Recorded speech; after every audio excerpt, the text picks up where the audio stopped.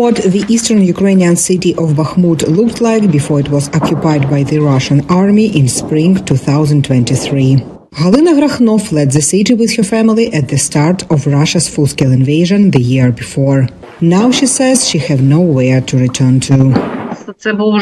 In October 2022, I saw a video online from the city and recognized my apartment. The corner of my daughter's bedroom was still there. The table was even standing on a monitor on the table, but everything else was destroyed.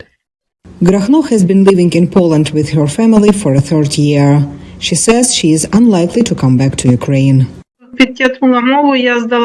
I improved my Polish, passed the state exam at level B1, took Polish accounting courses. My daughter entered a university.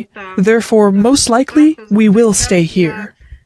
Most Ukrainians who fled the war share Grachno's view, says Gleb Vyshlinsky, executive director of the Center for Economic Strategy, a non-governmental research organization in Kyiv.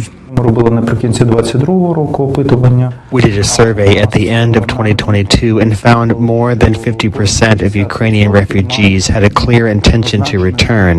Now this has dropped to around 20%. Lack of security is one of the main factors, Vyshlinsky says. Margarita Sitnik is a co-founder of the advocacy group Golka. She says other obstacles include the lack of work and housing. Whether there will be infrastructure, a school, or prospects for children, these are huge factors that will influence the decisions to return or stay abroad. Sitnik lived and worked in Poland for 7 years, but when the war broke out, she decided to return to Ukraine. As a person with migrant experience, I understand the fears and pains of those people. According to the Center for Economic Strategy, 80% of Ukrainian refugees work in jobs that require lower qualifications than they have.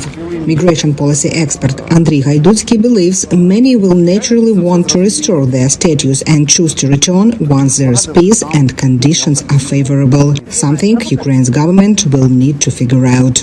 Let the state create conditions for business development here.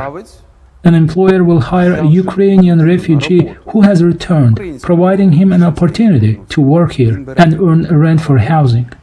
It is also unclear whether those who have been forced to stay in Ukraine during the war will remain after the conflict ends. According to the survey, after the borders are open, every fifth Ukrainian may leave. So it is worth considering the conditions in which Ukrainians who are experiencing a full-scale invasion on the territory of Ukraine will live. The United Nations says there are about 7 million Ukrainian refugees globally, nearly 1/6 of the country's pre-war population. Lesia Bakalets, VOA News, Kyiv.